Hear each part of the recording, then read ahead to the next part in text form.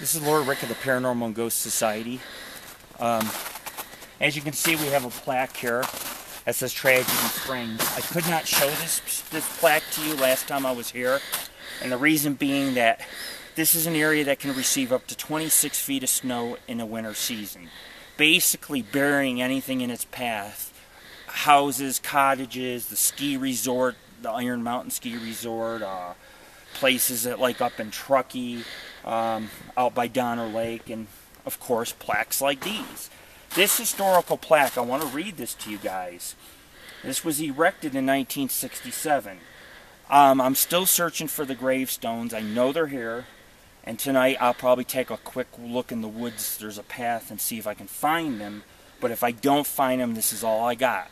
Okay, this campsite on the Kit Carson Emigrant Trail was the resting place for California settlers. They'd come through here, they would drink the springs. That's why they call it Tragedy Springs, because there's springs and the water is clean. You don't really have to purify it, you know. It was named by the members of the Mormon Battalion en route to Salt Lake Valley.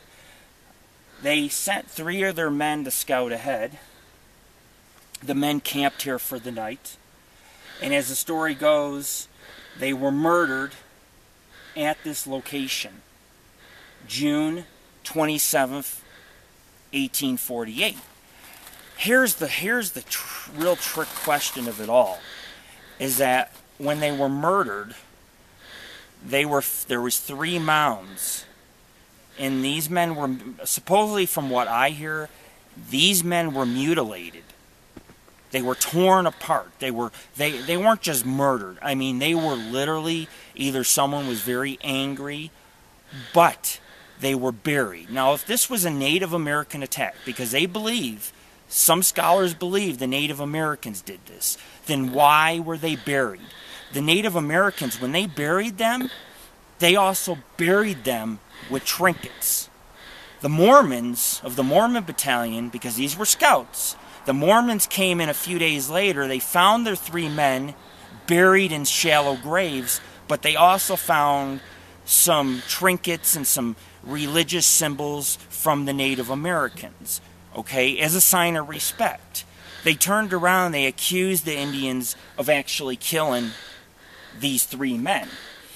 But anyways, when they arrived a few days later, they had buried Henderson Cox, Ezra Allen, and then of course you got Daniel Browett. And they ended up burying them near a nearby tree here and preserving the grave's location. Now, I don't know what tree, but I do know on a website they did have a couple gravestones that someone erected. Maybe they don't anymore.